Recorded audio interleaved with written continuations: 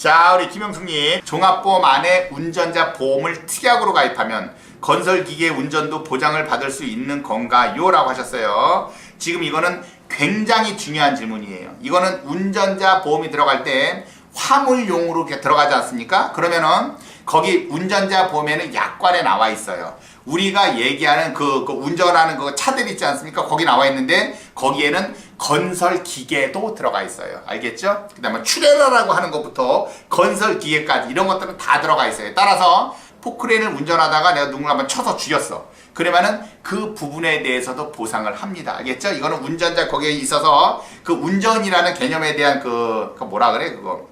아무튼 뭐 자동차라 그러면 그게 나와 있어요. 건설 기계도 들어가 있습니다. 거기 뭐 레미콘뿐만 아니라 알겠죠? 거기 다 들어가 있어요. 그래서 당연히 보장을 받습니다. 단 영업용이라는 게 꼭 들어가야 돼요. 알겠죠? 아유 그렇습니다.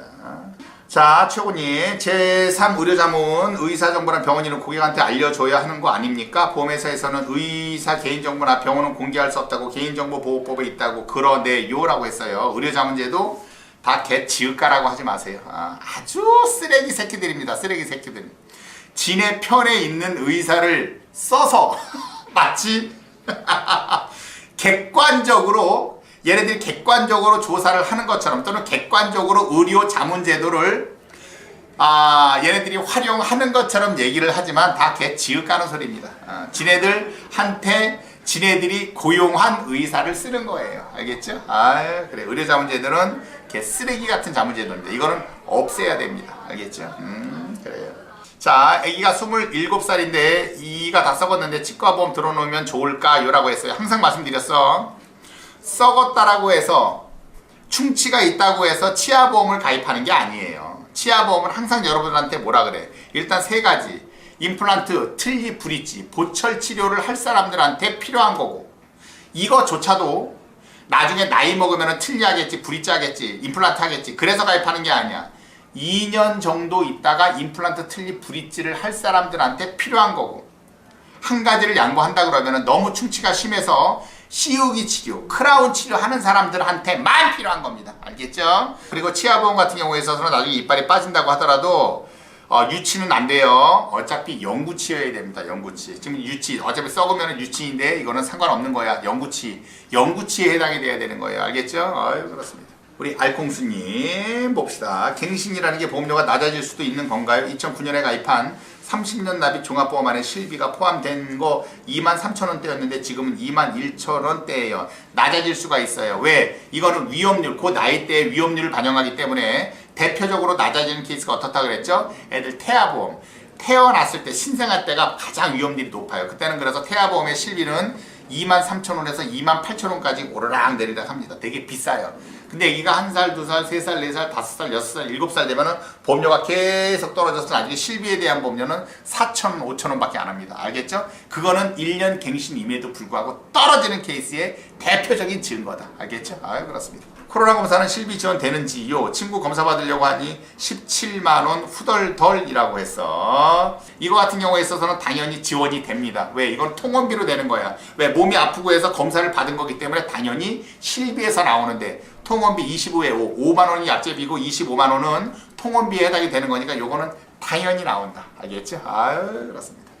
삼정다이. 뭘 또 이걸 또 이렇게 해놨어. 형님 질문 하나 올립니다. 아버지가 당뇨신데 대학병원에서 전립선 쪽이 안 좋으셔서 검사 받아서 18일날 검사 결과가 나오는데 이거 나오는 거 봐서 3개월 뒤에 유병자 실비보험 가입하는 게 좋겠죠?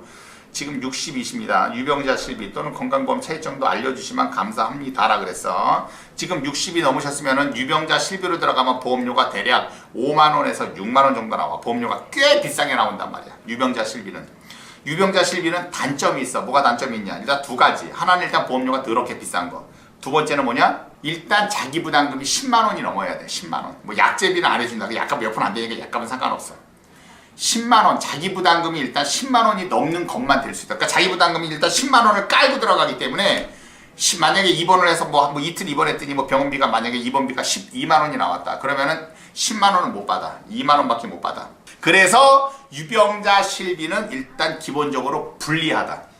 그래서 유병자 실비 같은 경우는 이제 좀 많이 좀 아플 것 같고 막 병도 많고 이렇게 해서 어쩔 수 없이 가입을 해야 되는 입장이 아니라면 유병자 실비는 저는 권유하지 않습니다. 알겠죠? 단 지금처럼 유병자 건강보험으로 들어가면 되는데 지금 중요한 거는 전립선 쪽이 안 좋다고 하셔서 이거는 유병자로 들어가는 거는 아니야. 알겠지? 3개월 내에 치료력이 없으면 유병자 실비도 다 들어갈 수 있는데 단순히 전립선 쪽이 안 좋다 그래서 유병자로 들어간다 이건 아니란 말이지. 이거는 내가 판단을 할 거야. 유병자로 들어갈 건지 일반으로 들어갈 건지 부담보로 들어갈 건지 할증으로 들어갈 건지는 초특급이 결정한다. 알겠지? 아유 그래. 이진희님, 고지의무 위반 시 치료 이력 없는 게 5년 넘으면 받을 수 있다는데 진료도 포함인지 아닌지 궁금합니다. 내용은 고혈압입니다 라고 하셔서, 고혈압은 진단만 받아도 고지해야 되는 11대 질병 중에 들어가 있습니다. 알겠죠? 박진웅님, 3년 전에 두통 때문에 병원 가서 검사받고 아무 이상 없었습니다. 근데 보험 가입 시 고지했는데 뇌혈관 진단비가 빠졌는데 그냥 가입하는 게 좋을까요? 이거는 고지할 필요 자체가 아예 없었던 겁니다.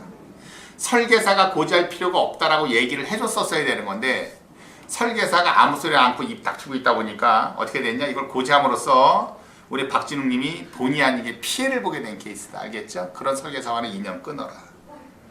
아까 킴킴님이 이거 말씀하셨었죠? 그분이 궁금한 게 부담보로 왼쪽 어깨, 연골증, 관절증, 관절염, 오른쪽 고관절 부담보 걸리셨다고 하는데 나이가 있다 보니 종합보험으로 들어도 괜찮은지 아니면 관절염이나 그런 거 유병자로 따로 들어야 하는지 이유라고 했어. 여기서는 지금 관절염이 제일 중요한 겁니다. 이게 좀 관절염인지 아니면 그냥 무릎 관절이 좀 안 좋아서 글루코사민 뭐 요런 거를 먹는 관절염인지 하고는 틀립니다. 관절염 중에 퇴행성 관절염이 있어요. 퇴행성 관절염은 가입 거절이에요. 그렇기 때문에 퇴행성 관절염은 유병자로 들어가는 수밖에 없고 퇴행성 관절염이 아닌 일반 관절염이다. 그러면은 부담보에 일반 보험으로 들어가면 되는 거다. 알겠죠? 그 부분에 대한 판단은 초특급이 한다. 그것도 알겠죠? 자 봅시다. 우리 월급루팡님, 2000년대 초반에는 종신보험 60세 납이 유행이었었나요? 원망. 친척한테 2개 가입했는데 60세 납이라 아직도 25년이나 남았어요. 자 월급루팡님 제 말씀 잘 들으세요. 2000년도에는 60세 납이 유행이 아니라 그 상품을 팔아먹었었던 설계사는 무조건 60세 납만 팔아먹은 겁니다. 알겠죠? 내가 방송에서 여러 번 얘기했어요. 25년 납 팔아먹는 새끼는 25년 납만 팔아먹어요.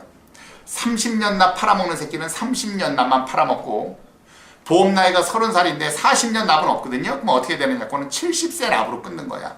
70세 납으로 끊는 새끼는 70세 납으로만 합니다. 돌아버리는 거예요. 그거. 그래서 내가 뭐라 그랬어? 설계사만큼 세상에 병신들이 없다. 팔았던 것만 팝니다. 입원 일당, 질병 입원 일당 3만원, 상해 입원 일당 2만원 넣었던 새끼는 계속 그렇게만 팝니다. 상해 입원 일당 3만원, 질병 입원 일당 무조건 2만원이에요. 알겠죠? 자 우리 김소영님, 죄송한데 한 가지만 더 질문 드릴게요. 상해보험보다 종합보험이 좋으면 생명보험은 따로 안 들어도 될까요? 라 그랬어. 생명보험은 지금 사실 끝났습니다. 생명보험이 손해보험보다 더 좋은 거는 지금은 없어요. 저축성 상품 말고는 없습니다. 알겠죠?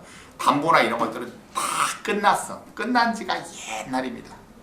끝난 지가 한 50년 전부터 이미 역전을 당해서 끝났어요. 지금도 생명을 판다? 그러니까 맨날 나한테 혼나는 거예요. 아셨죠? 아유. 단체 실비를 개인 실비로 전환되나요? 퇴직 시라고 했어요. 단체, 이거는 꼭 아셔야 돼. 쿡스님, 내가 정확히 말씀드릴게요. 이것도 많은 분들이 착각하고 있는 게 있어.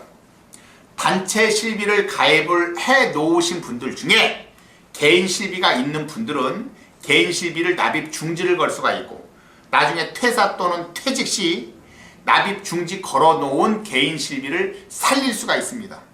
이런 경우에 살릴 때 단체 보험을 이제 퇴사 또는 퇴직을 했잖아. 그리고 개인 실비를 납입 중지했었던 개인 실비를 살릴 때는 단체 보험을 유지하면서 암 진단비를 얼마를 받았든 뇌졸중 진단비를 얼마를 받았든 보험금을 5천만 원을 받았든 1억을 받았든 상관없이 얘는 무조건 살려주는 거야. 개인 실비는. 알겠죠? 근데 단체 실비가 있어. 근데 개인 실비는 가입을 안 한 거야. 왜? 얘는 보장만 받으면 되는 거니까. 회사에서 해주는 거니까. 쭉 가다가 나중에 퇴직 또는 퇴사를 했단 말이야. 그때 이 단체 보험을 이 개인 실비로 전환을 하려고 했을 때가 문제가 되는 겁니다. 무슨 문제가 된다? 단체 실비를 쭉 유지하다가 나중에 암에 걸리고 막 암에 걸리기도 했고 보험금을 막 다른 것들 때문에 많이 타먹었어. 그러면 어떻게 되느냐? 그때는 개인 실비로 전환을 해줄 때 그때는 심사를 봅니다. 심사를 보면서 부담보로 떨어져요. 알겠죠? 보험금을 5년 내에 200만 원 이상 수령하거나 그 다음에 뭐 11대 질병에 대한 진단비를 받거나 라고 했었을 때는 어떻게 되느냐? 그때는 심사가 들어간다. 단체 실손을 개인 실손으로 전환을 시킬 때는 심사가 들어간다. 따라서 결론적으로 보다 단체 실비가 있는 분들은 무조건 개인 실손을 가입을 해라. 개인 실손을 가입하고 개인 실손을 1년 이상만 유지를 하면 얘는 납입 중지를 걸 수가 있다. 알겠죠? 꼭 이렇게 하셔야 돼요. 예전부터 쭉 유지하던 실비가 있었는데 내가 그 단체 보험 때문에 이거는 납입 중지를 하면 어떻게 됩니까? 라고 하시는 분들이 있어. 이런 분들은 어떻게 되느냐? 얘는 바로 납입 중지가 돼. 왜? 예전부터 유지했었던 보험이기 때문에.